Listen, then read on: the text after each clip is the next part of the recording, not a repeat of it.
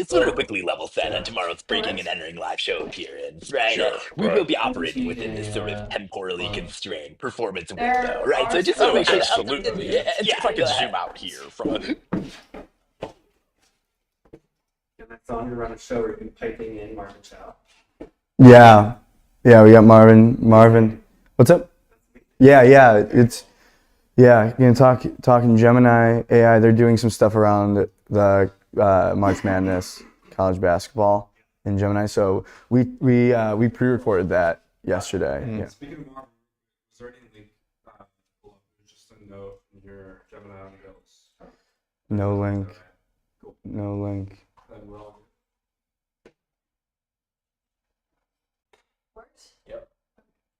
Did you read some of the menu items that they're adding?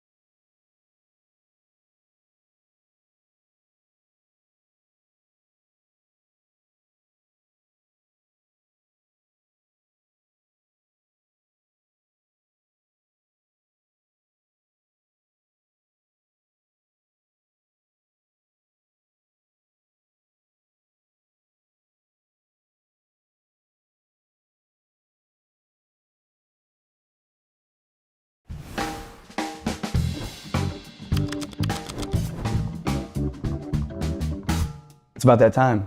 Geno, what's up? Top of the morning to you, Jack. Top of the morning. Happy St. Patrick's Day. Happy St. Patrick's Day, March 17th. Today is Tuesday, and we are so back. We're so back. How was South by Southwest for you, Geno? I had a great time. Austin, beautiful weather there. The lines to the airport weren't that bad on the way back. I was getting all scared from all the social medias.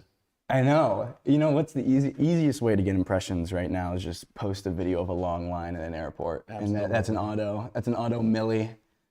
Easy money. Auto milli. Anything else from South by? We didn't really do much of the panel situation, but We threw a dope happy hour. Through a dope happy hour. Thanks to everyone for coming. Shout out to Epidemic Sound partnering with us on that happy hour. We picked a good spot. People liked it, and it couldn't be more happy with that. Thanks to everyone who showed up. We also did the South by Southwest live show that was pre-recorded that we posted yesterday. So you can check that out for all of your South by Southwest needs. I'm sure you all didn't get enough content from South by. So just to add that onto the list. South by is still going on right now. Stop it. Yeah. Is it really? Yeah. Good for till them. tomorrow. Great. I would stay there in Austin if I could. That's great. It is. But today we got a great episode, Jack, for the folks at home or at work in the office today. We have the best dressed guy in advertising and marketing joining us any minute now. I'm pumped for it, live in studio. In addition, Jack, we have an exclusive just from the brand Google. Ever heard of it? Ever use An it? exclusive. Sometimes I wake up and I just don't understand how life works. But Google exclusive, that's a big one. Marvin Chow. He's the global VP of marketing for Google Gemini right now, and so that's kind of a huge deal, Geno. And later today, we got the hottest B2B social creators, I would say, changing the game, how B2B brands approach social media. They're crushing it for their meme videos. I'm shocked that this hasn't been talked about yet. For the amount of reach that this startup in Dallas is getting, millions of views every single video on the same format, and they just run it back. And it's the thing is, it doesn't get tired. Nope. And so that's a good teaser. If you want to know what it takes to get millions of views, organic content from a business page on TikTok, stick around because we're talking to people that are doing it. I love it. Shall we bring in our guest of the hour, Jack? Let's do it. Matt Repicky joins us, Chief Brand Officer, Tailored Brands. Matt, thank you for coming in. Welcome to the show here. Thanks for stepping in. We'll let you get settled here. Take your time. We don't. Matt's looking especially good today. Jack, you're looking good today. I would say I'm looking pretty good myself. Well, this is Men's Wearhouse. You know, shout out Men's Wearhouse. Last time we talked, Matt, you were in our small conference room. That's right. We've gotten a little bit more space, but that's when we first met, and then Men's Wearhouse gracious enough to support us and help us get fitted for our Cannes week last year. Yep. How's everything been? It's been good. It's been good. Good to see you guys again. to see you. Congrats on the expanded digs. And I mean, I have to say, you're looking good, Jack. You're ready for spring, pulling in some seersucker and linen there. Geno, we're hitting prom season, and you got that sport coat on, and yeah, ready to go. Geno thinks that he was really smart, and when he made the decision to go with the custom suit here, Geno, can you explain this one? Yeah, a lot of the advertising events, the theme is creative black tie. Yeah. Creative black tie. So that's why I chose this paisley pattern here. It was custom made here in the USA. I just want to put that out there. Looking good. Looking Thank good, you. guys. Yeah. Nice to see you again. It is. It's great to see you. We're gonna talk about the campaign that just launched, covered by Ad Age yesterday, and a continuation in a campaign with Partyland that is really fun, really cool. But before that, Matt, we do a thing over here called the 2-minute drill. So we're gonna talk about each story, biggest stories of the day, Cool. 2 minutes each. We'll get your thoughts on them as we go. But I think let's kick it into the 2-minute drill. All right, world famous Jack here. The first one we got here, Taco Bell Live Mas event. You like this one, Jack? Give us what we need to know. Taco Bell Live Mas. They can never take away the Live Mas event. AI could never do this. The thing to me, I think it's so interesting. They treat it like a keynote event. They treat it like an Apple product release, but it's just for new menu items at Taco Bell. Matt, when you see something like this, what's your thought as a marketer? Do you immediately go like budget? I mean, sure, but also so smart. I mean, everybody wants something experiential today. Like, how do you get a piece of the brand? This is such an incredible way for Taco Bell to do that. I mean, I think it makes a lot of sense, and just like the exposure that you're giving to the consumer that's sort of behind the scenes of like, you can go and get the product, sure, but like this is a show, an event, super smart way for them to show up. Yeah, and you got the streaming and all the social content that comes from it. I'm excited here for the Diablo Dusted Chicken Nuggets as well as the Mountain Dew Baja Blast Midnight Pie. Okay, I'm bringing those next time I come see you guys. Oh, yeah.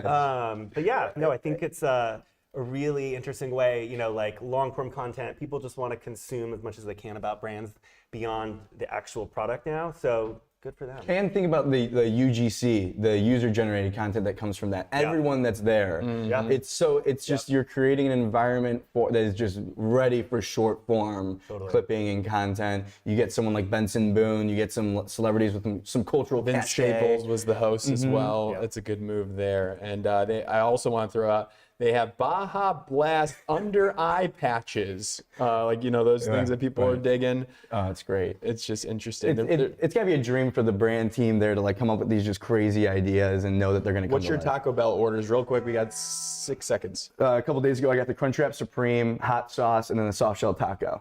I'm like crispy shell, beef, a whole bunch of mild sauce. I love it. And then Eugene, I like the before quesadilla. quesadilla. Okay. Next one, speaking of fast food, Burger King. Gino, what do you got here? So this is interesting stuff here at the Oscars. If you might have watched that, you might have seen this Burger King ad here. And it's basically a new brand platform, big moment, new chapter for the Burger King brand here. Joel Yashinsky was on the show not too long ago. That's the CMO. And what they're deciding to do is admit that they were not on their game these past couple years. It reminds me of Domino's, what they did around a decade ago, but they got Tom Curtis, the CEO, in this ad, basically saying, we messed up the past couple years, but we're gonna change things. We're listening to you. And Jack and Matt, they got rid of the Burger King mascot. Who's the new mascot? It's you. Like that. Matt, what do you think? Good delivery. I mean, you know what? I think it's interesting. First of all, mascots are having a moment, so I'll be curious to see sort of what they do in the future. Like, does the king come back? Mr. Clean, they retired him, they brought him back. So I think it's an interesting tact. There has to be some authenticity though, but like, again, we're talking about KFC, we're talking about Taco Bell, you're talking about Burger King, McDonald's, all these brands. It's like, how do you put the experience into the consumer's hands? So how is Burger King gonna do that? Right. Yeah. So they already changed the bun of the Whopper and they added a new type of mayo to it. So my thing too is like what you're saying. If you're going to admit you're wrong, you're going to change things, you better do it. You better do it well and let people know. Well, I think that another part of this that is very interesting, unique, and honestly cool. Tom Curtis giving out his phone number. When was that? That was, I think that was the lead up. Yeah. So he was giving his number out, listening to people. That was the first phase of it. And now I think that's pretty cool. Yeah. Like they've got some good social clips. And of course, like you always want to ask, and it kind of goes back to what you're saying, Matt, of, okay, what are they actually going to do? Yeah. Like it's one thing to give out the phone number, but is that actually, and they do a good job of kind of documenting that, but it's always about what happens next, I feel like. Yeah. For sure. Well, and also like they're sitting in a place where they are definitely a challenger brand. So you can take some risk. You have to take some risk if you want to start like moving the needle with the consumer. And this looks like one way they're trying to do that. Love it. Next up here, Matt, you'll be able to speak on this. Jack, you want to tee it up here? Yeah, Land's End hires a CMO. New CMO alert. New CMO alert. Sarah Sylvester spent 20 years at Victoria's Secret. She's now coming over to be the CMO at Land's End. So I guess I'll tee it up for you, Matt. Thoughts on this? I mean, it's interesting. Land's End, they have been trying to figure out, I think, their positioning. I know they worked with branding agency Red Scout not too long ago on sort of like how to show up differently to consumers. So this is likely an extension or a build on that. Listen, I like Land's End. I have some other product. I wish them success, but I think it's a crowded space. And so I'll be curious to see how this new CMO starts to like really push them forward with consumers. I read there in the article that they're going to be focusing on that 90s nostalgia, and they're also going to be listening to the customers here. Yep. Thoughts on 90s nostalgia? Is it having a moment now? Is it going to last? What do we think here, Matt? 90s nostalgia has been a moment for 3 years, maybe, Gino. Okay. I don't see it going away, but I don't know that that's a long-term playbook. I think, is there something to be taken advantage of? 1,000%. Sure. Is that going to like sustain you for the next 10 years of the brand? Probably not. Yeah, it might be short term and in the Why moment not? right now. Have Yeah. fun, for sure. Yeah, you wonder what's next. I don't know. I haven't gotten into, but you've seen a lot like other clothing brands that maybe went a little bit down have been making some resurgences. So like it's possible, you know? For sure. Like I think that, you know, what's like your thought when you see something like that, when you see a clothing brand, apparel, make that resurgence? Are you kind of like, oh, that makes sense because they did X, Y, Z, or does it depend? I mean, I think you can say it makes sense. Like, it's also about, it's just not one thing. Like, great, they have a new marketer, but like, what does the product look like? What does their retail experience look like? So it all has to sort of click in order to start to see the momentum that I think you're referring to, like Abercrombie, Hollister, PacSun have been making. Love that. Another good story here for Matt Repicky. JCPenney created the Other Paris Runway. So I guess there's like an exclusive event in like the real Paris, Paris, France. And so JCPenney decided, well, that's too exclusive. That's too much money. That's not who we are. So why don't we go to Paris, Texas? Wow. And do our own runway that's not exclusive. No VIP tables, transparent pricing. I think all 43 looks total combined to cost $8,700 of all the things that they did, which is less than one couture set. I'm gonna start talking in the thousands, like you just said, 8.7 thousand. When you said 8.7, you figure he's gonna say million, right? But no. You know, like my paycheck is $1.3 thousand every 7 months. So I like that move. But what do you think about this one, Matt? You know, I think like let's go back to what we were talking about at the top around Taco Bell and Liv Moss. This is JCPenney's version of that, right? Like, how do you give consumers a little bit of an experiential opportunity to engage with the brand? I think it's smart. I mean, like the JCPenney is like based in Texas. I haven't been to Paris, Texas myself, but maybe that's my next stop. It could be your next stop. Hey, don't discount. And then this is kind of like a sequel, I would say, to what they did. Venice wedding. They threw a Venice wedding, but it was in Venice, California, as opposed to Venice, Italy. Because you know that was at the same time that Jeff Bezos was getting married in Venice. That's right. That's what it was. Good, nice, Matt. Matt knows. Matt knows, man.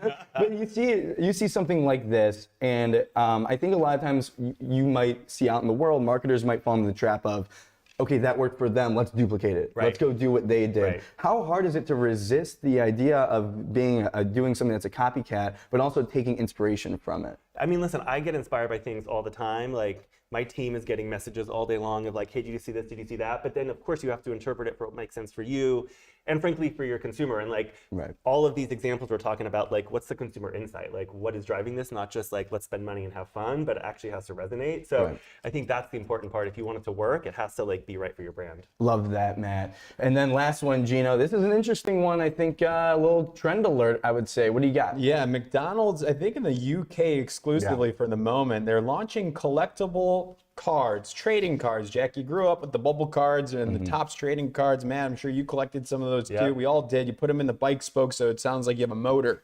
Remember that? Oh yeah, get on the pegs. Yeah, get on the pegs. Of course. And so McDonald's is launching their own collectible cards with Leo UK here. It's a 24 card set. It gets prizes. It gets you gifts here. But there's a larger thing. These cards, people are doing these. They're loving these cards. You see Logan Paul wearing the $2.7 million card around his neck. Mr. Wonderful on a runway wearing a card around his neck here. That's all I know about this. It's a trend here. It's a new asset class. But Matt, what do you think about this? Well, let's talk 90s nostalgia. I mean, that's where this like plays. And, you know, collectibles are huge right now. Like Topps trading cards, like blowing up, like Pokémon on the digital side. Like people want that sort of like engagement and collectability. So I think super smart for McDonald's to try this out. Yeah, I like how they launched it with the influencers, like the pro traders first exclusively, and then it went out to the broader public for that launch. I think that was a good plan. Well, I feel like the card collectible crowd is it's so important to activate with them within those like trade shows. Yeah, those are so big. It's crazy. Like they're selling these cards like it's like an asset. Like you said. It is. It's like trading stocks kind of. You're buying low, selling high. I can speak the language. We're on Wall Street right now. Yes, we are. There we go. But hey, Matt, Men's Wearhouse collectible cards. What do we think? We got one here. We got one here. Grab your pictures. We're ready to go. I love it. Yeah. I love that a lot. But yeah, this is an interesting one. You wonder if this is going to be something that other companies, other big brands follow suit. Keep an eye on that as a potential trend. That's the 2-minute drill. How'd you think of the 2-minute drill, Matt? That was fun. Not bad, right? I love it. Good. You did a great job here. We had a couple good stories that you just crushed. I know, and you're tying it back. You're making connections. I didn't even. So you're a natural. That Matt. was fun. But listen, let's get down to business, because Men's Wearhouse and this campaign, love the way you look. Yep. And a continuation. The 2 spots are out. You did it with Partyland. Explain to the people, what do we got going on? Yeah, we just launched yesterday, the continuation. Big round of applause, actually. Like, we're so excited. And, you know, we were talking off camera, Jack, that like, when you continue something and it's because it's working, then like that's the best case scenario. And that's where we are here. Like, we launched this set of spots, again, done with Partyland last year, and it resonated with the consumer extraordinarily well, helped to drive the business, increase awareness and consideration, all those like fun marketing KPIs that you look at. Right. And so decided like, let's keep the ball rolling, the party going, and have 2 new spots that we're launching for spring. And we have our guy in a bowling alley. Yes. And we have him courtside at a basketball game, and love this having a lot guy. of fun with it. Love Guy's this guy. great here. This guy's Real quick great. before we get into the execution here, just backing things up here, Yeah. what's the larger strategy? What's the brief that you put out Sure. to Partyland, maybe originally, maybe for this run here, but what's the goal for the brand? Yeah, you know, Men's Wearhouse is a brand that everybody knows, and frankly, no one hates. Like, we have 92% favorables, but people think something about the brand that is not necessarily current or accurate. And so part of the job for this work is to just reframe perception, get people to like take another look at us, and also talk about the fact that we have more casual clothing. So everybody knows us for suits. You guys are looking great today, and Thank you. tailored clothing from Men's Wearhouse. But you know what? We're showing our guy in polo shirts. We're showing him in casual pants and sport coats and chinos. And so it's also meant to bring that to life as well. So, and I love this actor, and it is hilarious. Shout out to Partyland. Shout out to you for getting this through here. But I'm curious then, why is comedy the right method for that brand perception shift? Sure. Well, I think like, culturally, we're at a time that people want a little levity. And so it's like playing into just like what gets folks excited.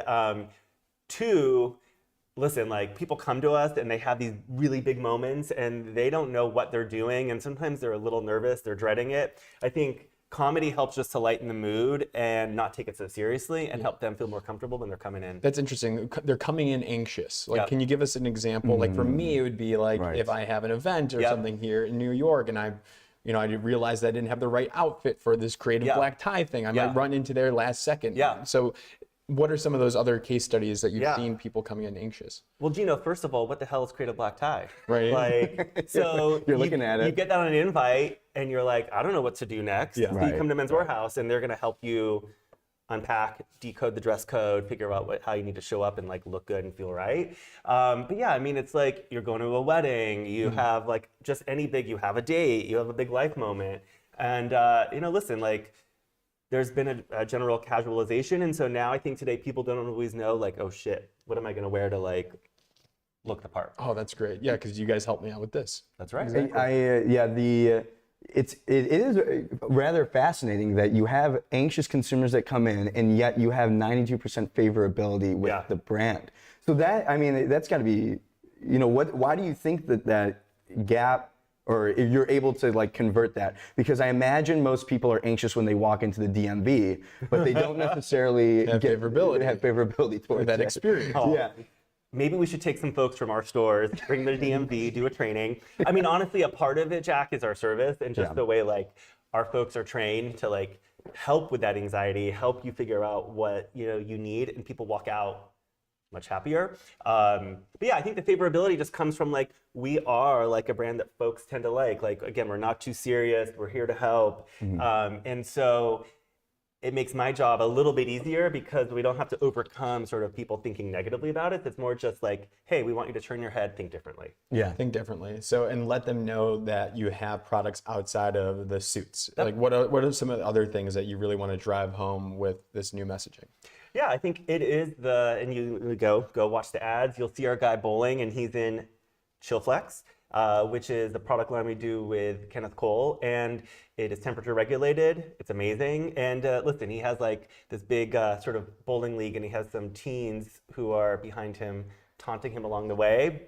But he stays calm, cool, and collected because he's in this temperature regulating clothes. That's So, great. Yeah. I want to talk about the spot and specificity with the court side. Yeah. Our guy, he's got the hot dog going. Yeah. Any fun behind the scenes from the shoot there? Yeah. First of all, he consumed 90 hot dogs. So kudos to Chris, our fearless actor, who literally took that one for us. And the next day he told me his lips were a little chapped from the amount of sodium. But yeah, other fun fact on that, we shot it in a studio in Toronto where they'd also filmed parts of Heated Rivalry. Oh, there we go. There you go. That show that's in the zeitgeist right now. So yeah, a lot of fun. That's really funny. I mean, the writing is so good. Talk about working with Partyland, the crew over there, very great agency on the West Coast, and you're continuing to work with them. They're the creative agency of record. Talk about that, the relationship of having a creative agency and then blending that in with the team. Yeah, definitely. You know, I think Matt Heath and the team at Partyland, you know, they understand the genesis of our brand. And listen, they are a comedic shop, but I think it's finding that balance. Like the right level of comedy for one brand is going to be different than what it means for another brand. And so we've worked together really well to kind of like hone that point that is everybody feels good about for Men's Wearhouse and still gets that laugh. And you know, that's what's been nice about the sort of ongoing relationship. I think the other thing is, in addition to the spots that we announced this week, we're going to be rolling out a lot of social content that's like behind the scenes. And Partyland and the team there had a lot of fun kind of like scripting and throwing out ideas there. And so again, you get to see sort of the entirety of how their brains work. A little scary sometimes, but mostly funny. And of course, that's what it's all about. And I want to ask you about the behind the scenes. There's this movement with these bigger campaigns. You're seeing not only the spots themselves and the cut downs, but you're also seeing how it gets made. Are you seeing that as a marketer as something to prioritize, showing how the sausage gets made? Listen, we're going to take it back to the set of brands we talked about earlier in the show where like it's all about the consumer experience and giving consumers a way to like interact with you differently that doesn't feel quite as precious. So it's right in that sweet spot where the behind the scenes, the social tropes that we create, it's all about just giving someone a little bit of access, and it works. I think like you get this like really scrappy, low fidelity type of content that you can like put out into a variety of different platforms and channels, and we've seen time and time again people respond to it. So when we're going and shooting, like it's also a new way of working where we have to split our day a little bit to say like, yes, we need to get this like beautifully crafted 30-second spot, but also we have to spend enough time just like kind of like having fun and chopping up some storytelling. Right. Absolutely. And the balance between low fidelity doesn't necessarily mean low quality. That's right. In terms like was that something that maybe is a shift, or like I could see a luxury brand being a little bit hesitant to say we're going to post something that was taken on an iPhone. Sure. Is that something that actually gets thought about, and how has that shift been to being able to be like we're going to shoot on an iPhone? Yeah, I mean we've certainly thought and talked about it, but like I have an internal team that is experimenting with new camera types every time we shoot, and we give it a try, and like if we feel comfortable we throw it out there. But I think like if we're just going to stay stagnant and just always do the full-fledged like here's the big shoot, then we're not going to show any creativity. The consumer's not going to get as excited, and so this is a way that we can show up differently. Love that. Geno, anything else from you? I got a bunch of questions. Yeah, come on. Style questions. Oh, okay, Can we let's get do into it. the style? Let's go. Welcome to the style segment here with Matt Repicky. Quick pivot. What are men getting wrong about style today? Wow, loaded question on a Tuesday morning, Geno. Okay. Good morning, happy St. Patrick's Day. Wearing green. Exactly. Good morning, happy St. Patrick's Day. What's wrong with clothing today? You know what's also green is that new Mountain Dew Blast at Taco Bell. There we go. Good call. He's got the callback. So, here's my thing. There are no rules. It's all about feeling good in what you're wearing. And I think that is like really the trick. Is like, and again, like I said earlier, people come to Men's Wearhouse because they're like, holy cow, like I don't know what to wear. And it's really all about making you feel good in what you put on. So I would say more about like, don't be afraid to ask questions. Don't be afraid to do a little bit of research. But wherever you land, like I don't know if there's like a wrong way that guys are showing up today, as long as they're just putting their best foot forward. Well, can I go a little bit deeper now? Let's do it. Yes. But, Jack's curious. He's like, where's this going? Yeah, go. So, what would you say is a safe bet to all of our folks that might be listening here to wear on a first date? Oh, okay. Ross, you're paying attention here. All right.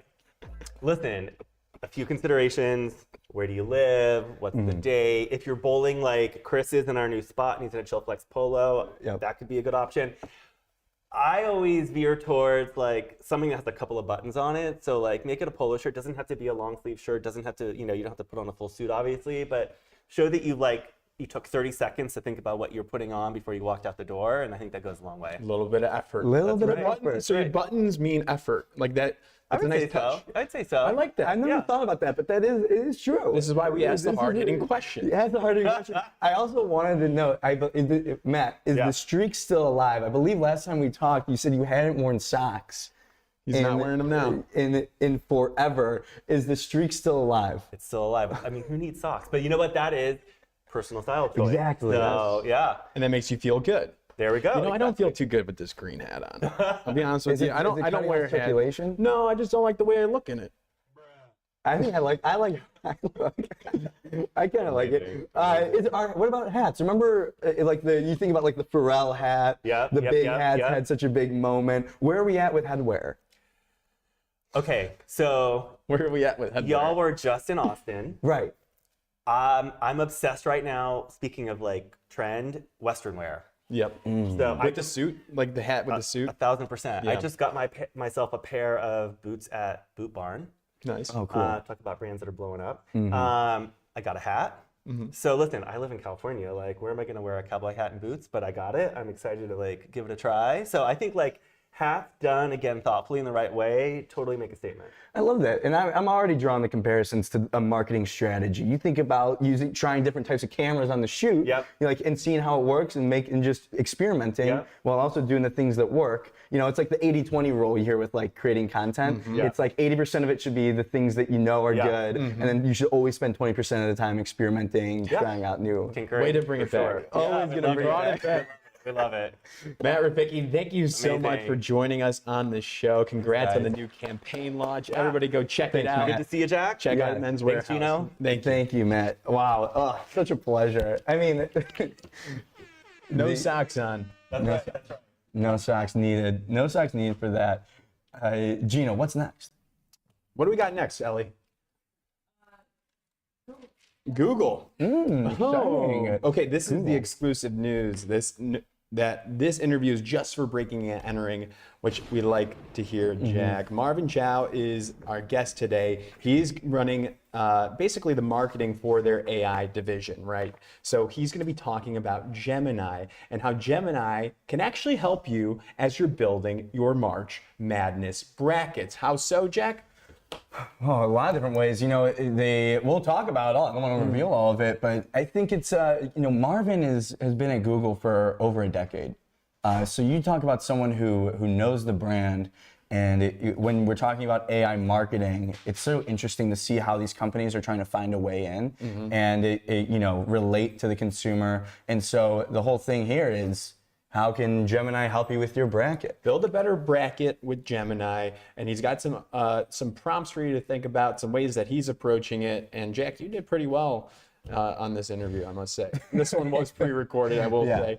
We pre-recorded this yesterday, but that's why I'm not wearing the same thing. Well, I think we're good to go. I think we can play it now. Us with Marvin Chow from Google Gemini. This is an exclusive interview about their marketing for March Madness. Marvin, welcome to the show. Thank you for joining. How are you? So excited to be here with you guys. So excited for March and all the things that come with it. Yes. And one thing about March, Jack, I love it. We have the college basketball tournament. You like how I called it that? Exactly. The college basketball tournament. And listen here, this is exciting to me because we are in bracket season, Jack. People are making those brackets, stressing out over their brackets. But Marvin and the Google Gemini team here are saying that you can use Gemini to make a better bracket. Marvin, you are the VP for Consumer and AI Marketing at Google here. Gemini, bracket building, what do we need to know? Look, when you build the most intelligent artificial intelligence with all the knowledge in the world, what more would you want to do with it than pick a better bracket? And better is subjective here, as we all know. I think Gemini can help you take all the world's knowledge and pick your bracket based on hometown food, astrological signs, team mascots, whatever you want. Because I mean, every year I try to pick a bracket, it never goes well. Yeah, that's kind of my favorite part of how, honestly, I don't know whether it's on purpose or not, but the way that now making a college basketball tournament has become something that's not just reserved for people that claim to know everything about college basketball. The people that have the best brackets are the ones that are picking it based on which animal would beat the other mascot in a fight. Or the jersey colors. That's right, or the jersey. Exactly. So was this for Gemini and thinking about the broader marketing strategy, was the basketball tournament kind of a no-brainer for you all to be like, this is a great opportunity? It's something, there's so much data and stats that go with the college basketball tournament. We got to get in on this. Yeah, it's not just the data and the stats. I mean, look, Google's been working with the college basketball tournament, for probably a decade on and off. And, I think it's a cultural moment, as you guys all know. And I think particularly in a time when you're bringing a whole new technology to the world, you look for these cultural moments to make it relevant. Like, how can I use this new technology, this new tool to help me in something I'm doing today? And, for the month of March, I think a lot of us are going to be focused on this. And so we're really excited to kind of bring all these new use cases to people who are watching the tournament, participating in the tournament, tracking it, all the things. And, the vast amounts of data involved in picking a bracket doesn't hurt. I love that. So we're talking about it now, but what does the execution look like from Google's side of things? What will you be putting out into the world that people can watch? Yeah, I think in this first phase, we're kicking off with a lot of the bracket work, because that's, once again, where the cultural zeitgeist is. And once a tournament kicks off, you'll see a whole set of new creative on in-game, in broadcast, on social, that's really playing off this instant replay concept, which we love in sports. And it's going to teach, people, particularly college students, how to use the product as a college student. How do you upload your notes and get a study guide? How do you take a picture of a whiteboard and the project to divide up who's going to work on what? All the things that college kids have to figure out how to do. We'll use that kind of like sports instant replay mantra to talk about people that are doing that well using Gemini. And so we're excited to bring a full plan throughout the month of March and April to college students and people watching the tournament. Oh, nice. Yeah, Makes sense. It does make sense, Geno. Yeah, Marvin, isn't that great to hear? We try. That makes sense. It's all college. You tie it into college. Right. I like that. Where did Marvin go to college? Marvin, where'd you go to college? I went to Boston College, who is unfortunately not in the tournament this year, but there's always next year. There's always next year. But right now, this year, Google, Gemini, AI.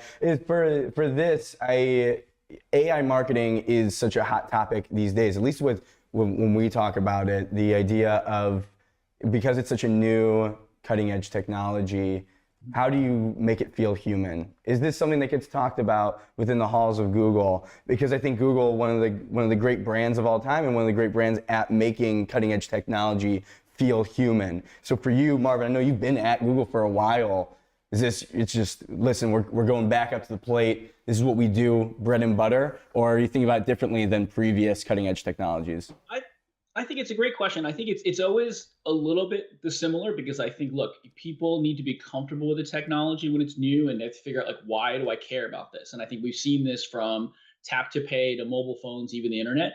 I don't know, it's the same playbook. I think, a lot of it is like, how do you, it's a different time for people. It's a different generation. If you look at Gen Z, Gen A, they grew up online, they grew up with mobile phones and smartphones. And so it always is a little bit different, but at its core, we are a brand about people who can use technology to improve their lives. We are the helpful company. And so we do always go back to that idea of, like, as the helpful company, how is this new AI technology going to be helpful for you? And I think, we sit around all day, like talking to people, hearing case studies, hearing stories around how are people using our technologies to kind of better their lives in the most epic ways or in the most everyday ways. I feel like we've seen that recently with Gemini, with the marketing that's come from the team. It's really practical, and I think that feels like a Google consistent. It's how is this product going to make you better? You think back, obviously, to the early Google, the ads where you're the typing using Google search. Yeah, Parisian Love, our first Super Bowl ad. Yeah.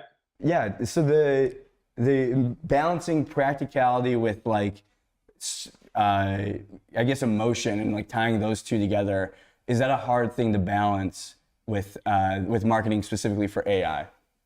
It is. It can be hard because these products are complicated, and so a lot of it is you have, technical people who want to be really specific and nuanced about how something works. And then you have sometimes creative people who really want to just tell a story that's going to connect with someone on a deeper emotional level. And so there's always that tension that working at Google, particularly in marketing, will bring. Is like, how do you make it simple without dumbing it down, without not giving service to the technology, but also not making it so speeds and feeds and technical that a person doesn't care about it. And I think going back to picking a bracket based on how cuddly a mascot is, that's something I think everyone can get their head around.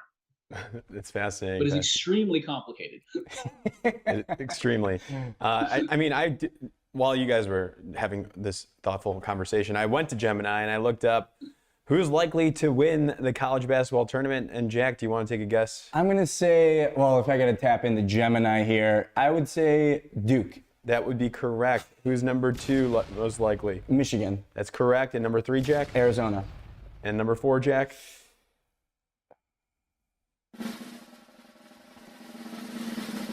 I don't know. Who is it? Houston Cougars. Gosh, okay. I thought that was a fun little thing that we did there. That was basically like Gemini. Yeah, I think it's clearly practical. I can get behind Gemini knowing that I'll tell you he agreed with me. Pretty good, Jack. Pretty good. I want to note, let's go back a little instant replay. Marvin, if you thought that Geno was on his phone texting, he was not. I was researching. Talking to Gemini. I think, when you look at those picks, I went deep last night on astrology in the bracket tour. And as an Asian person, lunar astrology particularly, and the same pick that you just had for Gemini, pick number 1, it said that the second most likely, based on the March sign of the head coach and the players and what's going on in March, that the Devils from North Carolina actually have the most energy to win the tournament. Them and the black and gold from Indiana was the actual astrological pick, upset pick for the tournament this month. Oh, Marvin is incredible at describing something without using the. He's great. That's a marketer. That's a great marketer. At first, I was like, Marvin, why are you talking like this? He's good. No, I like that. I like that take, though. I'm just curious. Come back. We're gonna see if that happens. Okay, we will. Yeah, let's come back to this. And while we have the expert on here, as a marketer yourself, what are some of the best use cases you've used with Gemini to better your job? I mean, as you would imagine, we encourage everyone to use it for everything, So, we're writing briefs, we're synthesizing research, we're looking at, other research. We're now, with generative media, we'll do prototypes of ad campaigns, just with VO to generate, like, what does that feel? And we'll do a rip of an ad instead of storyboards like they used to do. We've actually done full ads with VO, kind of video creation there.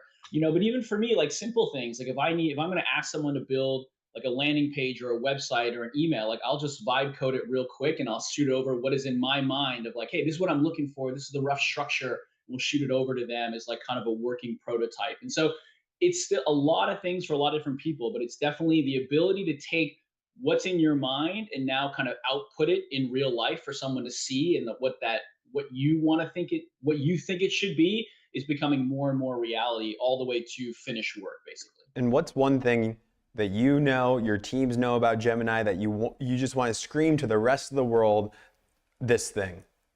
I think we turn to Gemini for everything on the team. And I think that's kind of what we want to go. Is like, if you ever need anything, if you need help with something, if you want to brainstorm something, if you want, to get something done, Gemini is going to be the tool to go to. I have a dumb question.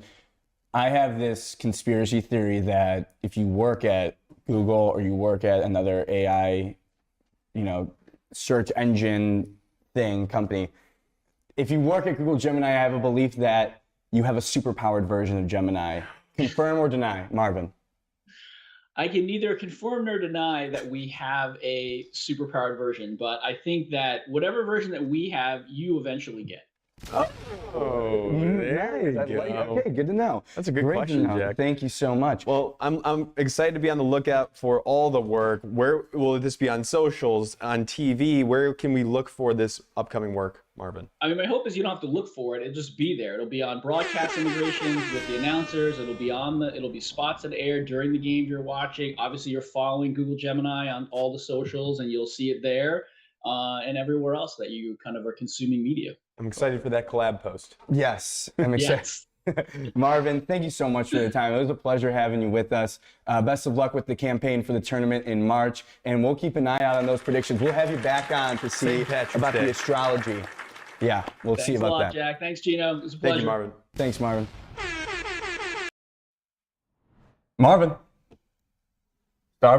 Marvin, he was with us. It was that was a good one. I think that was an exclusive as well, Geno. Can you confirm? Pretty much, yeah. Yeah, pretty much. Pretty much confirmed. I'm never 100% certain. How about that? Google AI. They got a little bit of a superpowered version, I think.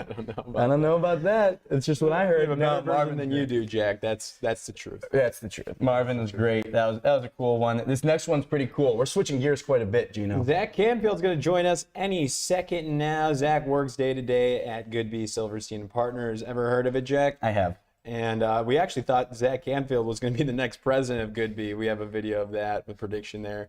But he's joining us today to talk about not his day job, but his new side job, where he has just created Reaper's Remedies, a new vitamin here. Great branding. We're going to talk about how he did that. On with the show now. Zach. Well, you know what? Before we get into it, Got to pause for the production crew. We need a second here. Zach's like a Goodby legend. Yeah. So, and you know, I mean, I'm excited to ask about this branding, and I can imagine you get some support and help from the crew. So when he comes in, I'm probably gonna ask about that. I saw Benny Gold handled the identity for this one. Benny Gold's a legend. So the Reaper's Remedies, Geno. Yeah, so his day job is associate partner and director of talent at Goodby. So he's been there for over 2 decades. Nobody gets in that door and hired at Goodby without Zach's thumbs up. Stand You just need about a minute here. A minute here for the. Should we try one? Team. Yeah, you want to. Yeah, so it's a vitamin. And let's see, you should always check serving size, which is 2 capsules here. Let me do you a favor, don't eat this. Right. What is that? What do you got in your hand? This is the psyllium packs. Silica? Silica. Silica This gel observes packs. water.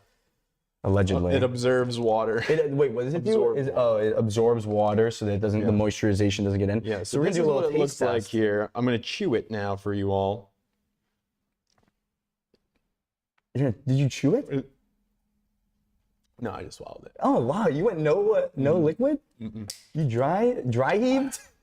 It's that easy. It's that easy. That You don't easy. even So need what did you water. just consume, Geno? It's Reaper's Remedies made by Canfield. It says live life till death. It's a multivitamin. We got vitamin A, vitamin C, vitamin D, E, K, thiamine, riboflavin, niacin, vitamin B6, folate, something words I can't pronounce, and vitamin B12. This is gonna get you right.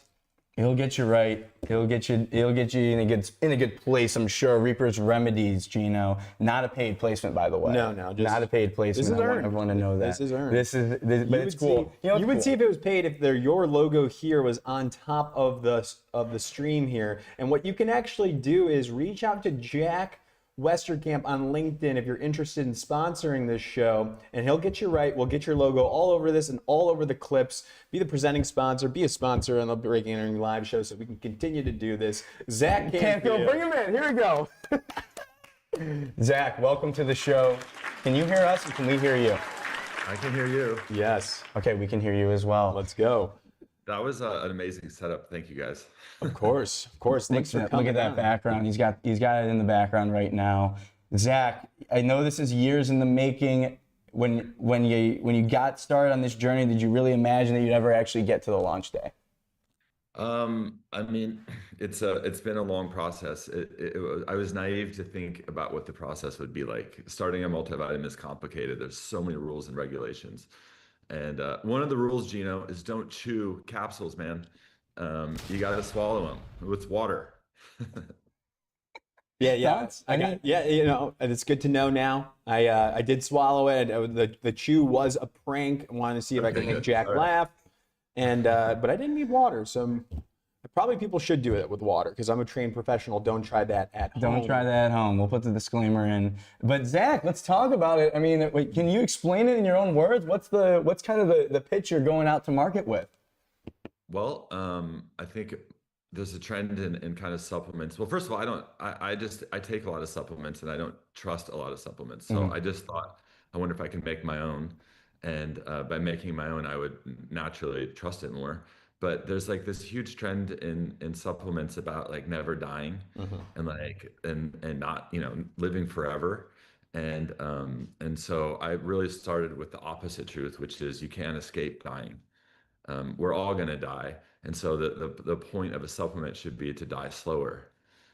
So die slower was the original premise, which my well-paid humorless lawyer would not allow me to use as a tagline. So can't use that as a tagline, but we changed the tagline to live life till death.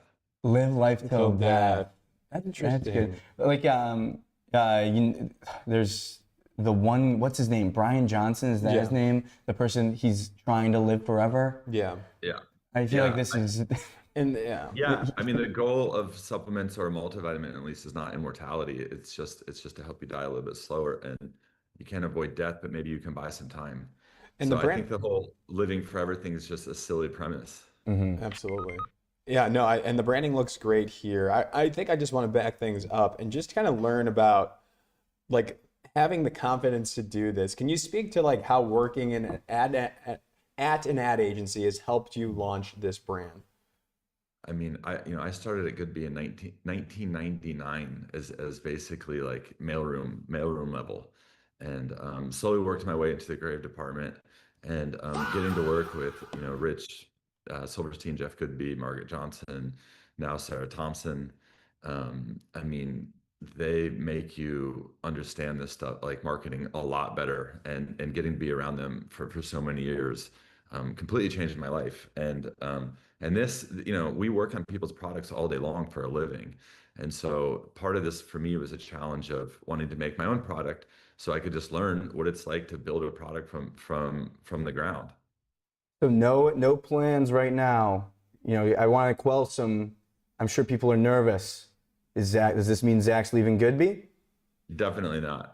I mean, you guys predicted I might be the next president. So after that, there was a little bit of heartache on my end. But no, in all seriousness, no, absolutely not. I love that place. And frankly, the only way, being able to build this was through a lot of the talent that I've gotten to work with and know through that place. So as you mentioned, Benny Gold kind of, helped with all the packaging and design and logos, as well as lots of other people who kind of pitched in and helped out on nights and weekends. Yeah, that's cool. Yeah. I mean, that's kind of, but with that, don't you think that the branding is going to be under such a higher level of scrutiny? It's coming from someone that comes from the ad agency world. Yeah, maybe. I mean, when you go to the vitamin aisle, everything's white and it talks about like leaves and fall and yoga and rainbows. And this is black and has a skull on it and talks about, not dying. And so it's definitely going to be controversial, I think. I hope. Yeah, Absolutely. for sure. What was the hardest part? Because I'm Yeah. sure the branding and the idea it probably hit you early on here. But for you, what was the actual hardest part of getting this into our hands where it's at now today? Yeah, it was almost 3 years ago when I came up with the kind of die slower kind of premise. Finding scientists and formulators and labs and getting like top tier labs that would agree to work with a small person like myself. That was a really long process. So I would say finding scientists I trusted, and it was interesting because even there, you give them a brief, and they're so used to working in a certain way that there was a lot of pushing on my end to kind of change how they formulated it based on what my hopes and dreams were for the product. What were those? What did you brief the scientists? The marketing is going to be insane. I want it to be edgy and memorable, and so the product has to be like really, really, really top tier. And so I always said if it was on the front page of the New York Times and was tested, it would be a standout. And so that was the brief to them.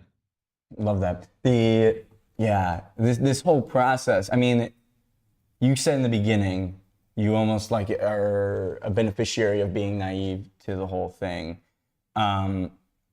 Did you know it? Like the name itself, Reaper's Remedies, is that a name that hit you one night in a flash, or did you go through a bunch of different iterations and then landed here? lots of iterations. A buddy of mine, a good friend of mine named Graham, and I just kind of made a Google Doc and spent like weeks just throwing in names. Honestly, probably 2,000 names. And just anytime I was bored or whatever, just would keep filling out names, and then we eventually just kind of started narrowing it down.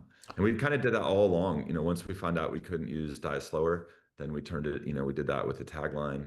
And Benny's a real pro, man. I mean, he did the logo in one. Benny's like a one take guy. He brings you one thing and he crushes it every time. Yeah. I can see this product extension, Reaper's Remedies. Like you can have multiple extensions of this. And now that you got the multivitamin out, what are you looking at next, Zach? Come on, let's talk about on to the next, Zach. We're already come on more. Definitely just want to sell the multivitamin and get it going. See if it works. If I can get it to work, of course, there's other products to grow into. But again, making a product that people can trust and really the other thing I mentioned to the formulators was something that I can take daily forever. Like really, we spend so much time thinking about like, at least I do on this shit, like what supplement and what's the new thing. And it was like, I want to stop thinking about it. So what can I take forever? And so I'd like to, of course, grow that into other things, but I got to make this one work first. I'm so interested in can we nerd out a little bit? Because you've studied this stuff, you know so much. What's one like ingredient or what's one ingredient that's overrated that people might be taking that they can actually go without, in your opinion? Well, I'll say that a multivitamin will cover a lot of the things that people might need. And what I notice is, I've asked everyone I know about all the supplements they take. And what I realize is a lot of what they take can be kind of reduced by taking a multivitamin. So a lot of people will take a B vitamin, a C vitamin, you name it vitamin. And I gently kind of tell them that, a multivitamin actually will reduce the amount of pills that you most likely need to take. Yeah, absolutely. Absolutely. And then will this product help you with high rocks? Ooh, workout. I'm not sure about that. I need to talk to some more scientists to check on that. Yeah, we need to brief some more scientists. What's the marketing strategy? You obviously have a full-time job, so I'm curious to hear how you're going to balance now. I mean, doing the launch is almost like you're getting to the starting line in a lot of ways. So where do we go from here?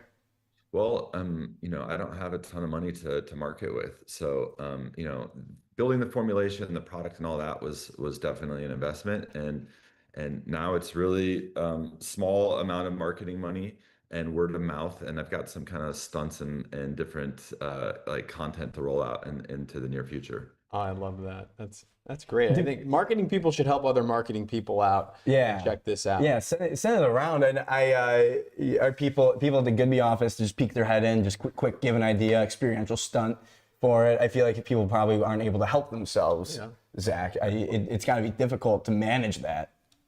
Well, you guys know Jeff pretty well, Jeff Goodby. I think we were all hanging out at the holiday party this year, and I know you guys just spent time with him. I mean, one of the great things about Jeff is he really encourages people to go out and start companies and take risks and do side projects. And he those guys are really, really supportive. And I think they think it'll make you a better marketer when you actually go out and do it yourself. So overall, GSP has been supremely supportive. Love it. It's great to hear. Wow. Anything that we didn't ask you about, Zach? Yeah, is there anything? It is such a wild process. I'm sure there's so much that goes into it that we could spend hours on. But what is is there a thing that we missed where you're like, I spent so much freaking time on this and nobody knows, but now I can tell I everyone. can sit here and talk about that product forever because I'm so close to it. But I mean, at the end of the day, it's a product that, like, as a person who cares a lot about supplements and has like went under the hood for the last 3 years, I mean, I can genuinely say it's something I'll take that I feel very, very comfortable taking for a very, very long time. That's the seal of approval that you need. You got it. I love it. Don't think of it as the one thing I want to say though is we got to get me back here and we got to talk about some crazy recruiting stories someday. I know we do. Yes. I know. When can we? The CIA like declassifying the documents to talk about some GSP recruiting stories. Yes. I think that is in due order, Zach. We'll definitely have to do that. We'd have fun doing that for sure. I was going to do a sign off here. Don't think of it as a vitamin. It's a daily middle finger to the Reaper. There you It's go. on the bottom. Boom. Love that. Thanks so much, Zach. Thank you for the time. Congrats on Congrats on the the launch. launch, Everyone Zach. go check it out. Reaper's Remedies. Available now. Appreciate it, guys. Thank you so much. See ya. Thank you. Love seeing the creatives in our industry take a risk, create something, because they're so good at it. It's just so good for that creative muscle to do something without any parameters on it. You do whatever you want. To compare myself to this, Geno, sometimes I like to make cut edits for just the group chat. Nobody's ever going to see it. There's no commercial reason for existence. But I think we hear it all the time. People say that. Got it. Some of the best creatives are also they're painting. They're like writing short stories. Tara Lawal, Oscar nominated. She's the CCO at Rethink New York for Oscar nominated for an animated short film. Things like that I think go a long way. But it's hard What would be a product you would start if you were to? You gotta go product. Yeah, Like something. yeah. Yeah. Of course, I would do I know what yours would be. SaaS, B2B SaaS. I don't know. I would. You would do a hair gel. You would do Yeah. like the clay There is something to that because there is a little bit of a. I would do combs. combs. I think those are ripe for disruption. Hair combs. Like about the one you? that flicks out, like it looks like a pocket knife. Yeah. Like the those are greaser, sick. you Yeah. know, that kind of thing. What about you? Product you would launch? I don't know. What about like a protein powder? Ooh, yes. Just because I would want to be able to like. Well, that's the Canfield. That's the Zach Canfield approach. He wanted a multivitamin, Yes. and so he just made Something it that for you himself. have to use every day. It's like you create products around everything that you use every day. Like Mr. Beast. Yeah. That's it. Yeah. Chocolate bar. You would go chocolate bar. Chocolate bar. Let's talk about the next story, Geno. Yeah, who we This got? is Yeah. exciting. I almost feel like how do I say this? Someone that like discovered an artist. Yes. You know? Oh, you did? Yeah, like you're discovering an artist. That's kind of how I felt when I started stumbling across or getting fed in my algorithm the content that's coming from Verso Jobs on TikTok specifically. This is a startup based in Texas. Verso Jobs is what it's called, and overnight has gotten millions and millions and millions and millions and millions of views. Yes. Something that marketers, anyone that runs a brand account would dream of. Right. They would sell their soul for this kind of virality. And then just for context, what does Verso do? Verso Jobs. Like, I mean, we're gonna let them talk about it, but they're helping people get jobs in startups. Is how I understand it. I'll let them talk about it a little bit more. But before we get into it, I believe that we have something that we want to show. Oh, yes. And to give everyone a little bit of a flavor, you know, this is a format. This is a video. This is what they do. This is what But they they made do. this one custom for today. They made this custom for us, so we're gonna show it right now. I believe we got an inside look into them preparing for this interview. Let's roll the clip. Just wanted to quickly level set on tomorrow's breaking and entering live show appearance, right? Sure, We right. will be operating within this sort of temporally constrained performance window, right? So just want to make sure Absolutely. And if I could go ahead. zoom out here from a airtime perspective, right? We have approximately just 15 minutes to convey the full Verso Jobs value proposition Spot on. while providing an insightful and entertaining experience to the audience, right? So Right. it becomes a matter of Totally. And if I could try and go land ahead. that plane quick, I think what you're getting at here is that despite our narrow presentation runway within the B&A show, we are faced with executing on a substantially aggressive deliverable stack here. Totally. Right, so now it becomes a 100%. question And if I of- might try and provide some Yeah, clarity go here, ahead. this is a high impact, high viewership media environment, right? So how can we maximize communicative efficiency while maintaining a near zero margin for Responsibly. verbal miscues or reputational detours, right? Yeah, and so that's it. And love so it. these videos, it's like POV. You're in a meeting with How do people you- that make 10x your salary. I'm so flattered. I'm kind of starstruck that they made that for us. It's fantastic. Let's bring them in now. Let's go. We got Johnny Brask is the co-founder at Verso Jobs, and Seamus Harvey is the head of growth and marketing at Verso Jobs. Seamus is kind of the mastermind, I would say, but we got both of them in here now. How's it going, you two? We'll start with Johnny. How's your day? Love it. Amazing. Seamus, how are you?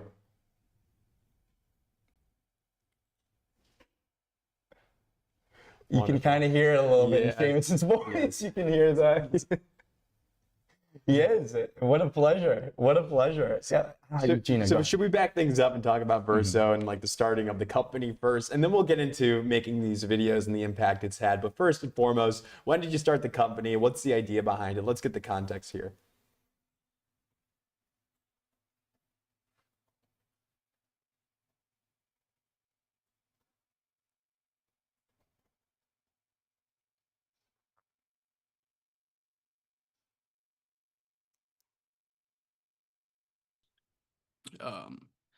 Build tech and help people get jobs. Love that. Love that. People need that. And now you're making content, and now you're getting millions of views. I guess, Seamus, let's talk about this. You're head of growth and marketing. You're working at a startup. Everyone's kind of doing everything. When you initially got started in being like, okay, we should be putting out content on TikTok, what's that journey been like? You bring me into the mind of someone who's running marketing for a startup. Yeah, well, Verso kind of gave me a lot of free reign creatively. They were very transparent when they brought me on. They basically said, like, look, we are hiring you as a jester. Just make us go viral. Like, can you do that? And I was like, I don't know. Like, I'll try. So I spent, kind of a month trying different things, humor-based skits and things like that. And then just kind of happened along this format, playing around, and it blew up out of nowhere, and people love it, and it's been a really fun and wild ride. So yeah, what's been like maybe the craziest thing that you've seen that's happened from this content? It doesn't necessarily have to be like directly tied to a business outcome, but what's something that you didn't expect to happen that's happened because of this, making this content? The comments.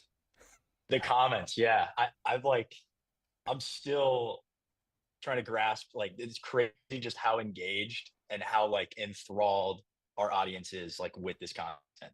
They're like so into the characters.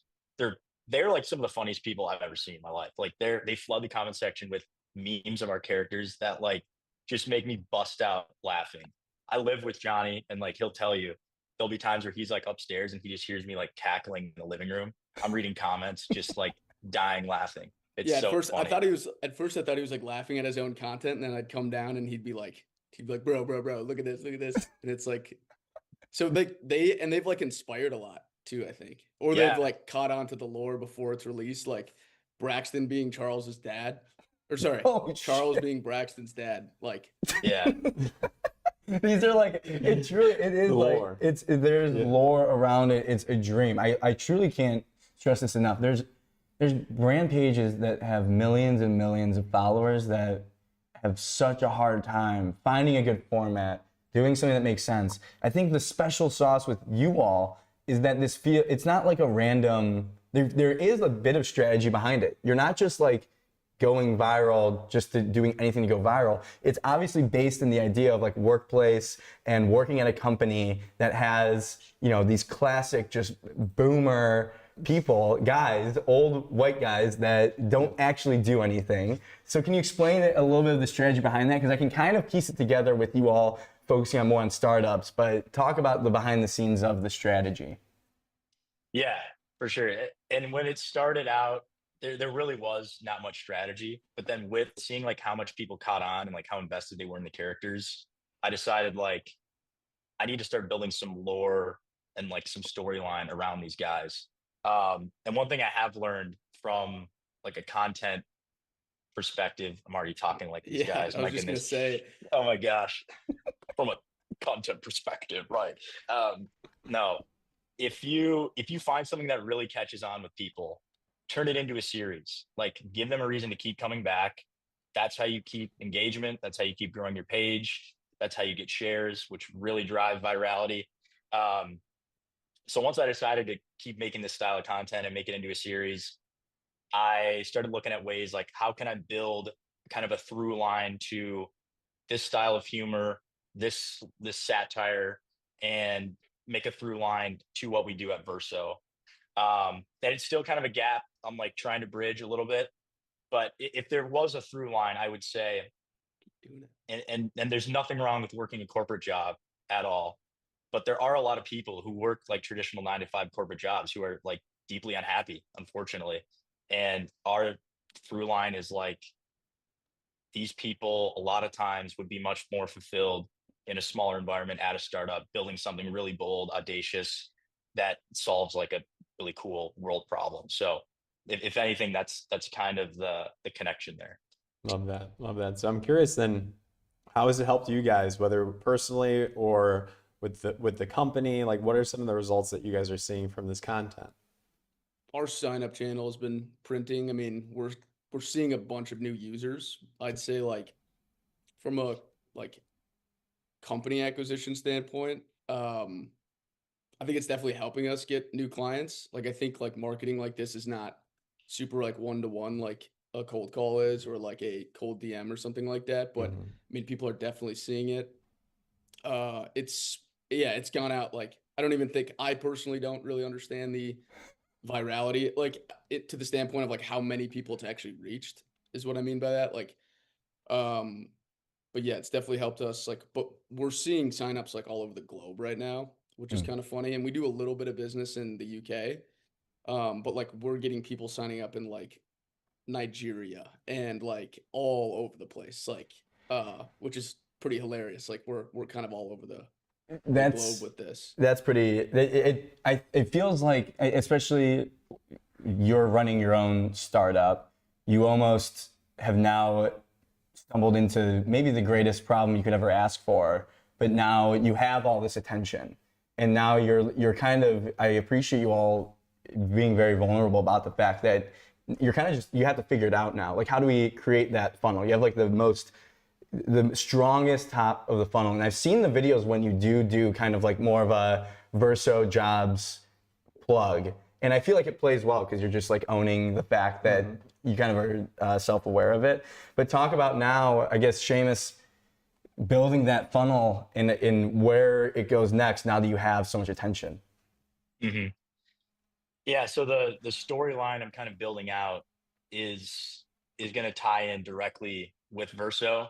I'm pretty excited for it, and I think I've built up enough like empathy with these characters, with the audience, where I can really tastefully kind of thread in true Verso marketing and make it a part of the storyline.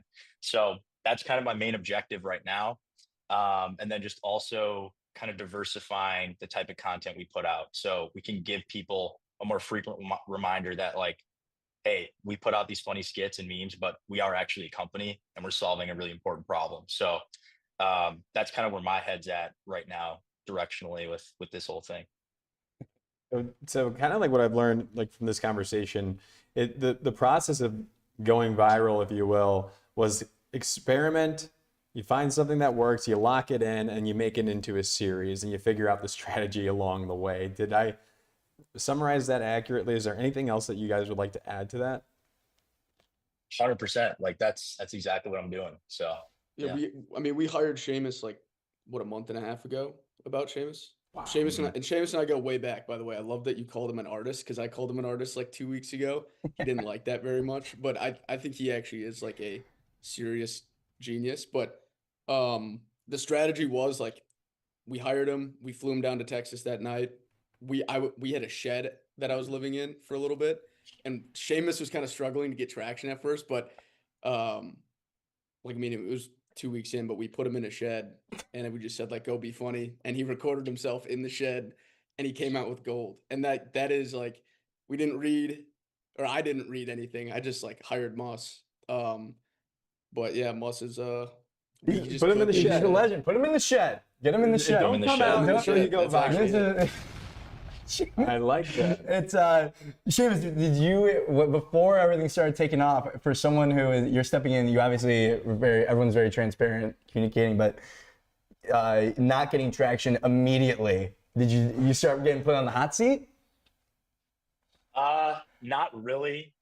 There was a conversation with Joe, our founder, and he's like, he doesn't do meetings. Like that's not his thing. But we did have a meeting where he's like, dude, I think you're focusing too much on strategy here. Like you have all these great ideas and concepts. Like, why aren't you just doing them? Like, just go do them, make them, put them out. Like, I don't care if it sucks, just put them out. And that kind of sparked a little bit of a like creative fire of just like trying new things, being kind of bold, trying to be funny, just putting stuff out and seeing what works. So I love it. What's the at that people should follow? Is it at Verso Jobs? at Verso Jobs, yes, on Instagram, TikTok. Follow us on LinkedIn. We have a great LinkedIn page too. Follow us on Twitter at Verso Jobs. All the same. Oh, it's great. Awesome. Well, it was a pleasure having you both in to talk about this. Legitimately, it's some of my favorite content on the internet today. Incredible work, and it's, I don't know, it's hilarious. I crack up every time. Thank you both for joining. Johnny and Seamus from Verso Jobs. Go give them a look. And thanks again for joining the show. Thank you, guys. Thank you. Oh, man. That was a good one. That's a good, that's a fun one. That was, like I said. You were early on that. I don't know. I don't know. Well, in terms of ad trade media. Of course. Yeah. Of course. No, but it's interesting, always interesting to get a look in the startup marketing world. Yes, and I think that was such a real convo on you just want to do stuff. And then something happens and then you have to move quickly.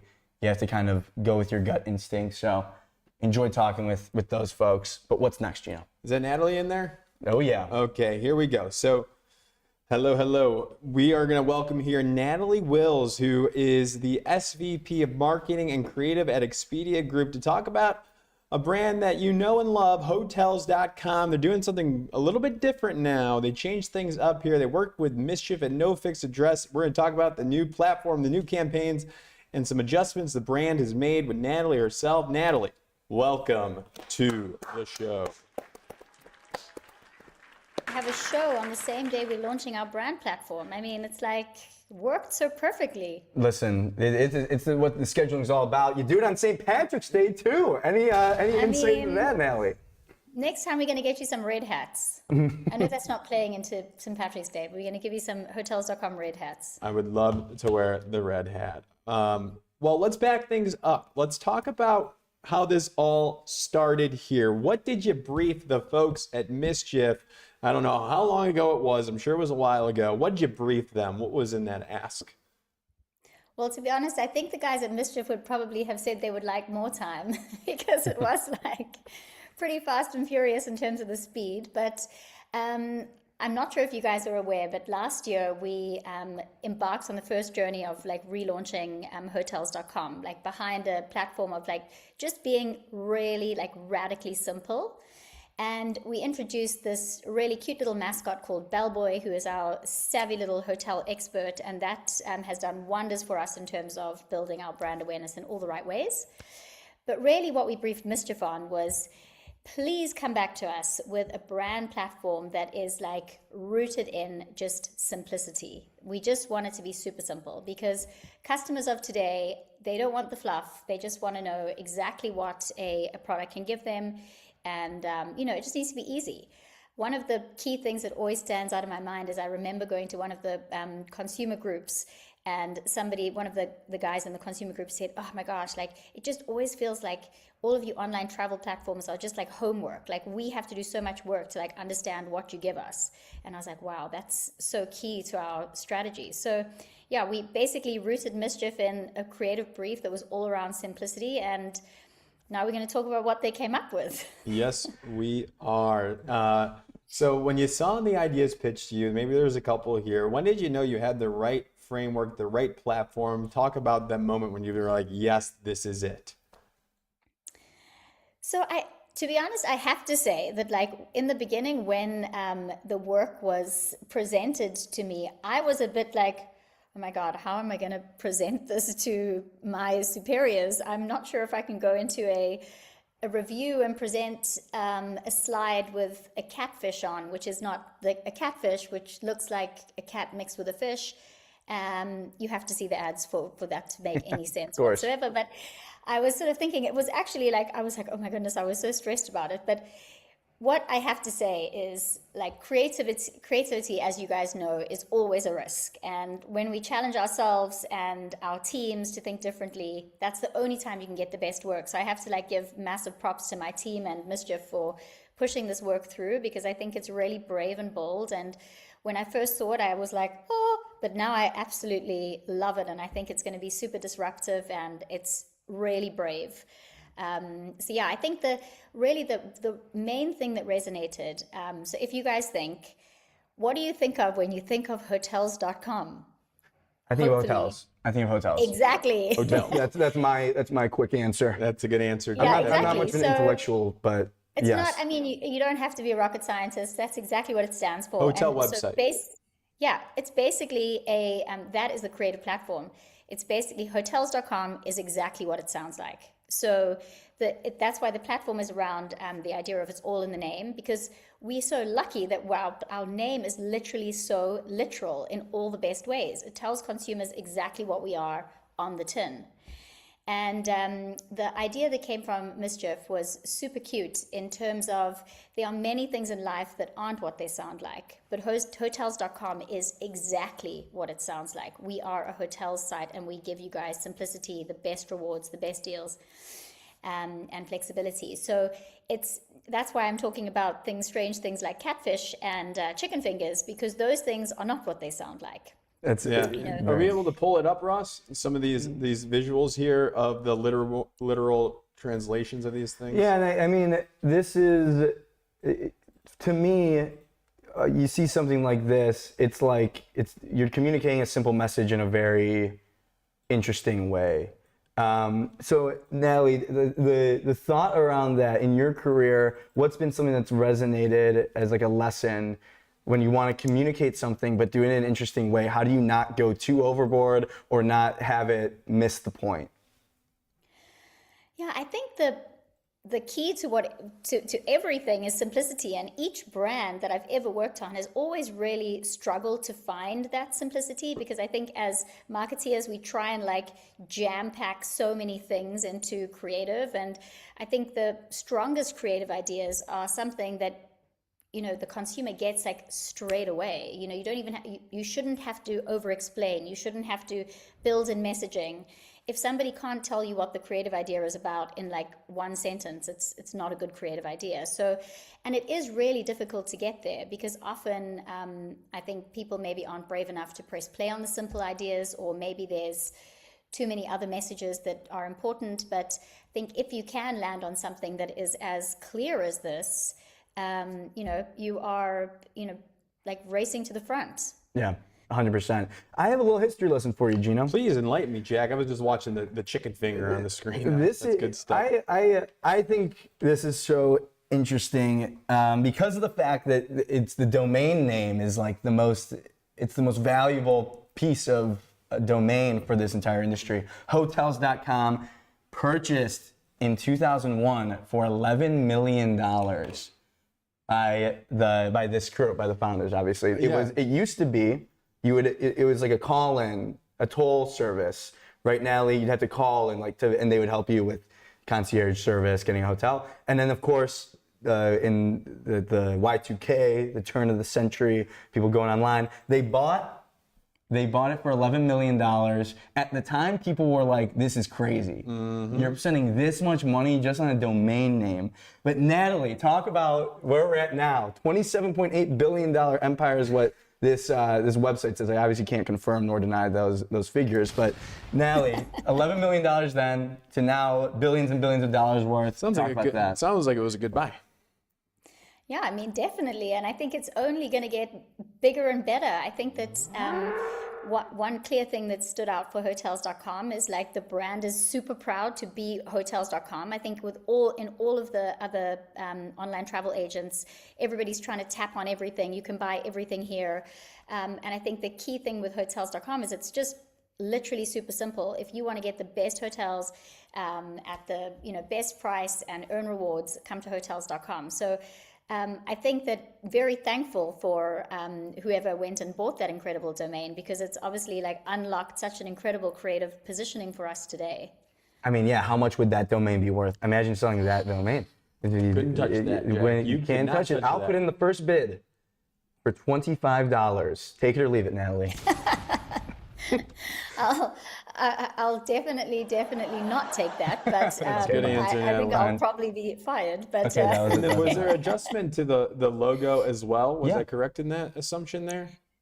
yes. So one of the things that when we were doing our consumer research, one of the clear things that people were telling us is that there was still so much brand equity and recognizability in the older version of the logo, which is the beautiful 3-layered H.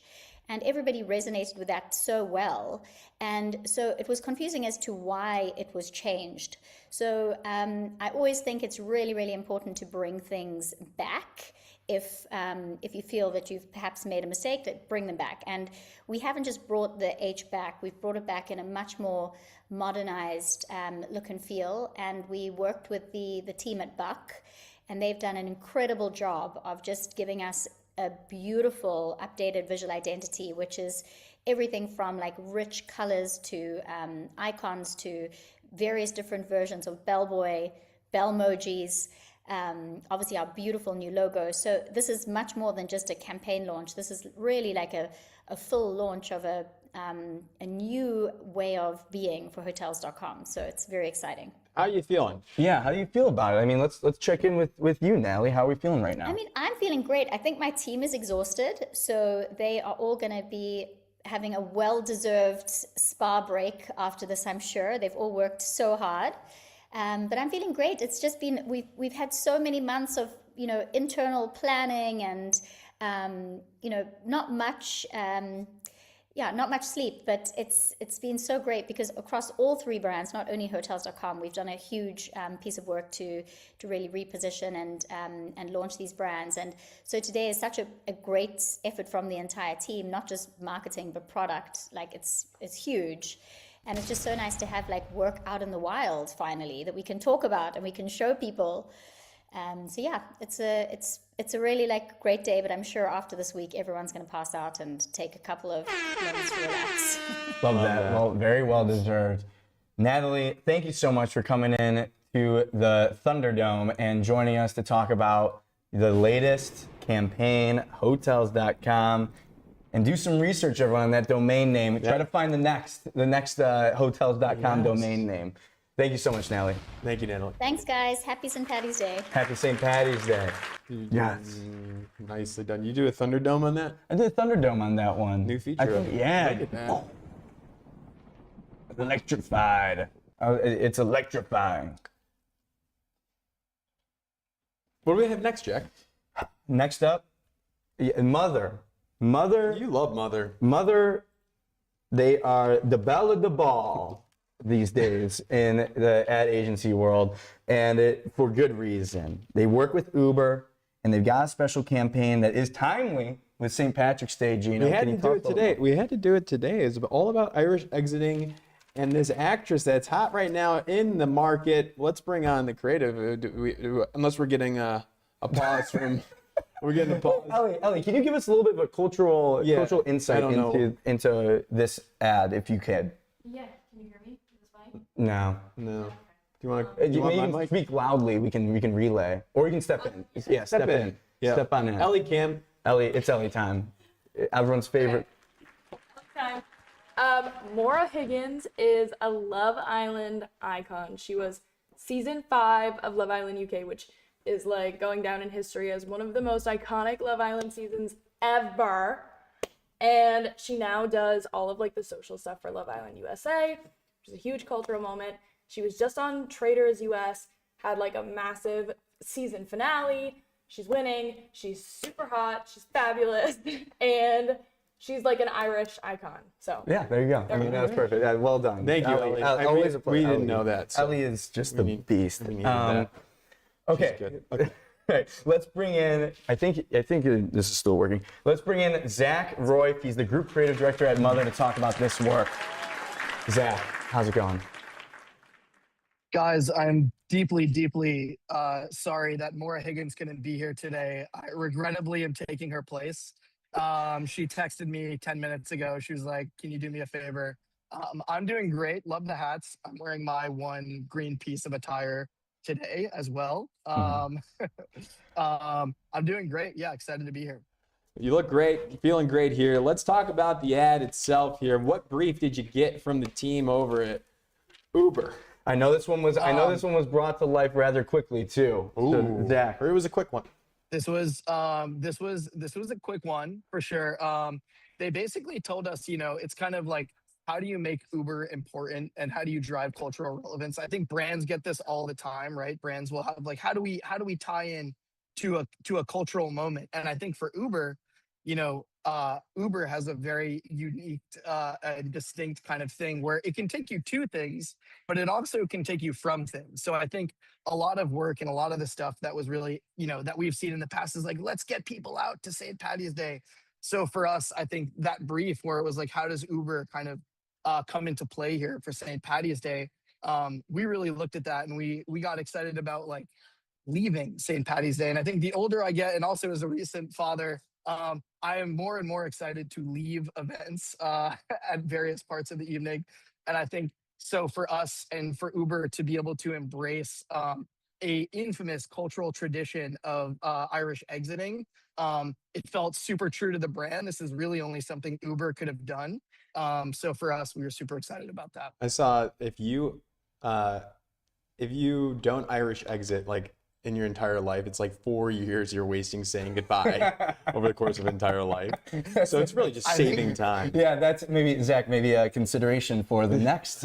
But I love it. My thing is what I do. I'll instead of like saying goodbye to everybody, I'll show Jack my Uber on screen that I'm leaving. I'm just like, I just point at it and I go. But he knows. It's like for sure. That is a very critical thing. I feel like, a well-timed Uber, as Maura kind of eloquently states, is really like, whenever I'm at a party, it's like mid-conversation, it's like, I think I can hang in there for 5 more minutes with this person, right? And I look down and I see like, oh, it's the light at the end of the tunnel, right? So I think, it's become, even like colloquially and like in culture, just this idea of like, calling an Uber to get out is this thing that we've just seen everywhere. So to be able to actually encourage and enable, if there's anything I'm excited about enabling, it's leaving. So we're very happy to be enabling that. That's great. And I think and then hopefully a lot of people can save themselves from some awkward bar conversations. It's a pro move then when you're in the Uber, you Uber Eats. Uber Eats as well. Time it out nicely. Yeah, I was actually thinking about that, the Uber turducken, where you do the Uber Eats in the Uber and then it tells you you're far from your house and then you're like, is this correct? And I'm like, no, this is correct. I'm timing this perfectly.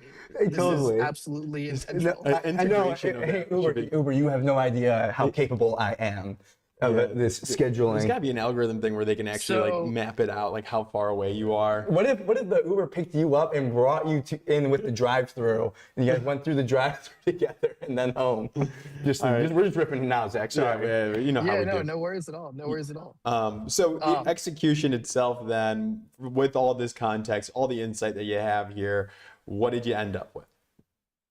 So we ended up with like a very simple but very timely hijack of like UberX, which you always forget, like UberX, when you get an Uber, UberX is the ride that you get. UberX is like the primary product that Uber offers.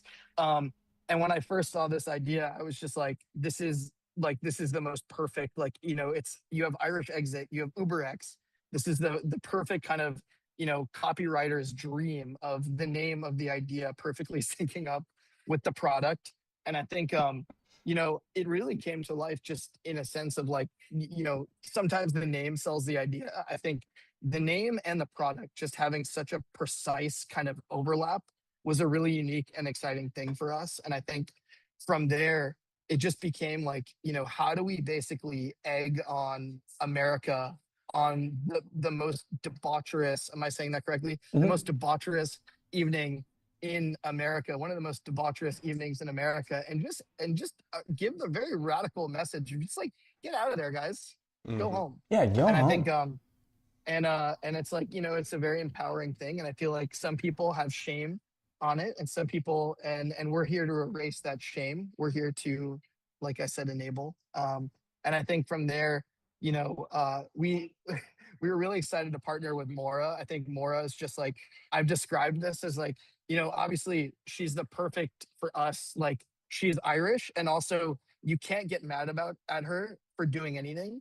There was actually a comment on the Instagram video where someone wrote, "This woman could run me over with a car and I would still apologize to her." And I think that perfectly sums up like who Maura is. So when we were looking at like who to cast, right? It's like, who's this lovable personality that like will fully embody the spirit of like, doing a sneaky kind of like an Irish exit, and who could you not be mad at? And I think for her to be able to abandon us in our own ad was really exciting, and also kind of like believable for Maura, for her like lovable kind of charm and personality. This felt like a fun one to do the shoot for, just watching it, because you kind of I think it's really well shot. Like you kind of have some interesting different angles. It's very dynamic. There's a lot going on, it seems like, and you kind of have some cool tracking shots too. What was it like? Were you on set? I was on set. How yes. was it?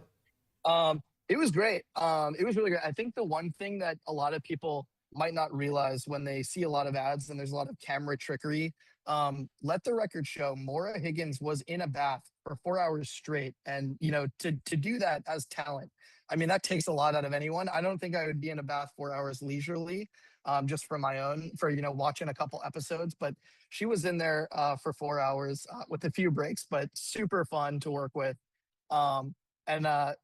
I think her taste in like set decor and design and all of those things really helped kind of translate to that elegant sort of scene in the bathroom, along with a very chaotic kind of scene in the bar.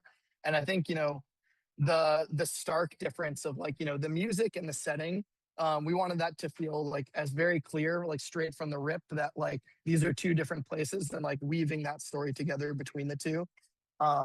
So I mean, it was great. She was a blast on set. Awesome. Geno, anything else from you on this? No, I think it's great. It's timely. It's St. Patrick's Day today. We had to cover it today. This was it. You guys crushed it. And I believe this is one of your first projects, if I did my homework correctly, at Mother, coming from Mischief. Is this correct? Yes. I actually just came from Johannes Leonardo, but I was at Mischief previously. Yeah. Shout out to all of those guys. Great Know them all agencies. very well. Great. Great. Great people. I'm super excited to be at Mother. This is my very first project, so things, the luck of the Irish really got me on this one.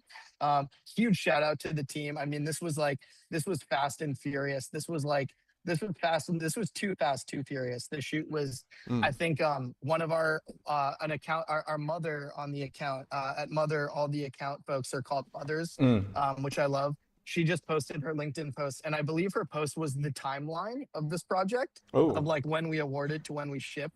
And that was just a really great perspective of looking back on like how fast this was. So I think I got here about 5 weeks ago, and we had just debriefed the idea.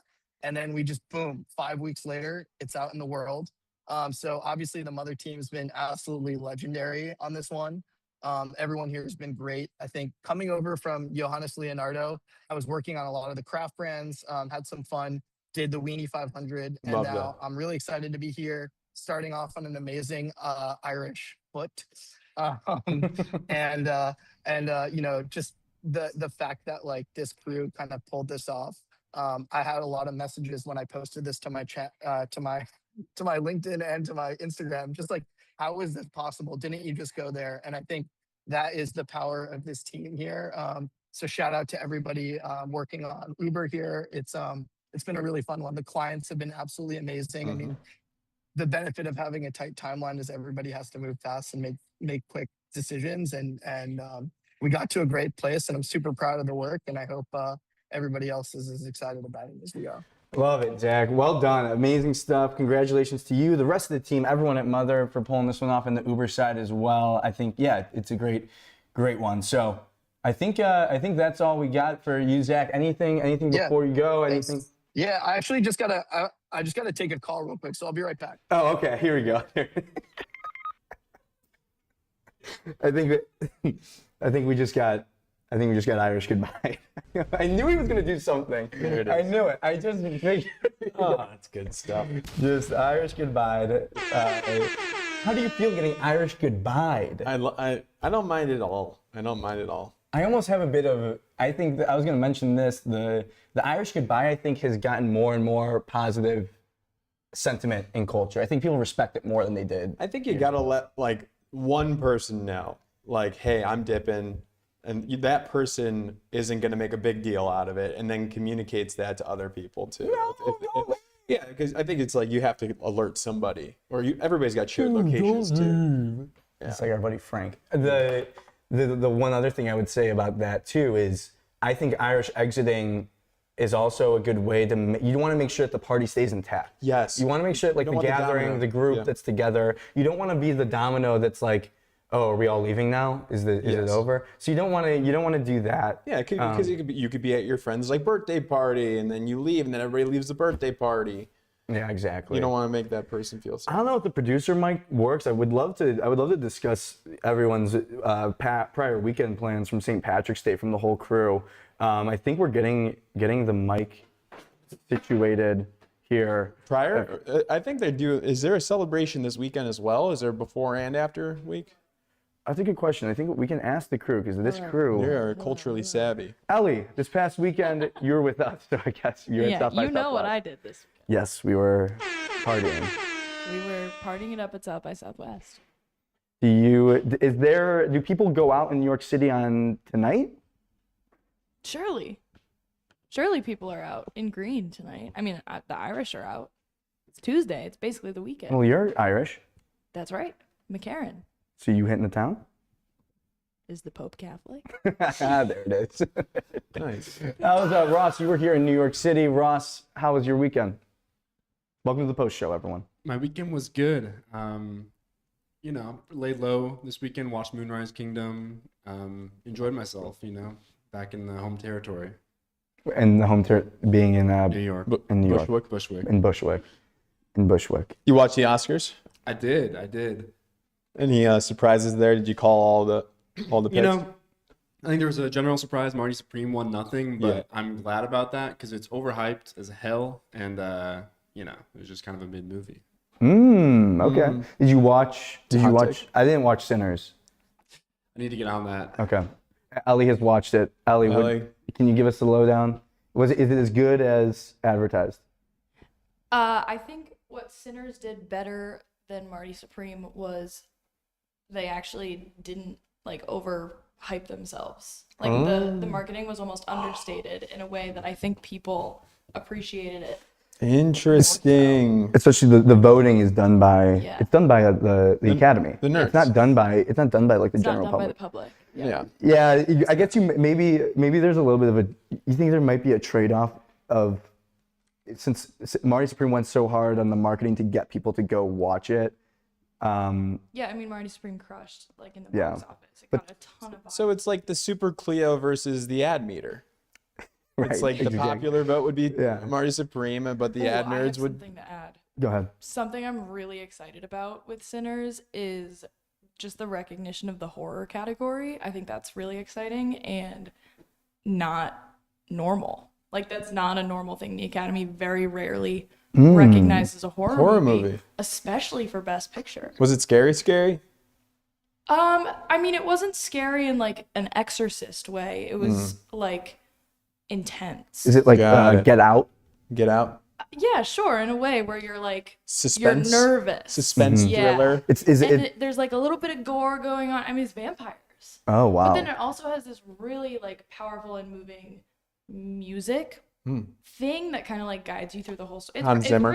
Was it Hans Zimmer? Hans Zimmer.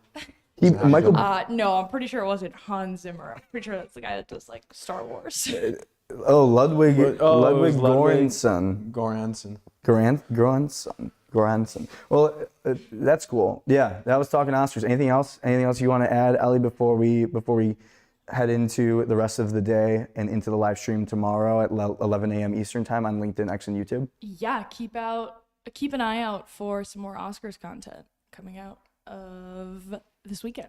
Ellie is our Oscars correspondent. Oscars. She just plugged herself. I'm plugging my carousel post to come later today. Yeah. Check it out. I love it. Hey, Ross, that's not cool. Hey, Ross, that's not cool. Play nice. Wait, I can't hear him. What did he doing do? the crickets sound, which is just. Yeah. Okay. It's your own. Well, thanks everyone for joining. A great